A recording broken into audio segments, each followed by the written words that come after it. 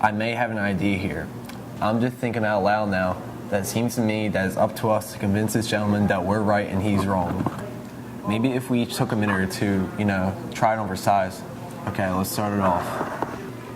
Oh, well, I just think he's guilty.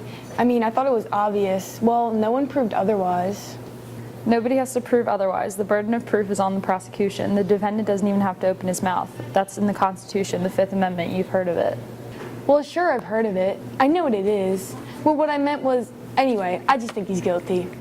Okay, let's get to the facts. Number one, let's take the old man who lived on the second floor right underneath the room where the murder took place.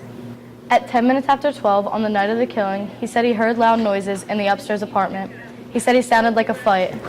Then he heard the kid say to his father, "I'm going to kill you." A second later, he heard a body falling, and he ran to the door of his apartment, looked out, and saw the kid running down the stairs and out of the house. Then they called the police, and they found his father with a knife in his chest. And the coroner fixed the time of death around midnight. Now what else do you want? Look, what about the woman across the street? If her testimony doesn't prove it, nothing does. Just a minute. Here's a woman lying in bed who can't sleep. It's hot, His window is right across from hers, across the L tracks, and she swore she saw him do it. Through the windows of a passing elevated train. And they proved in court that you can look through the window of a passing L train and see what's happening on the other side. They proved it.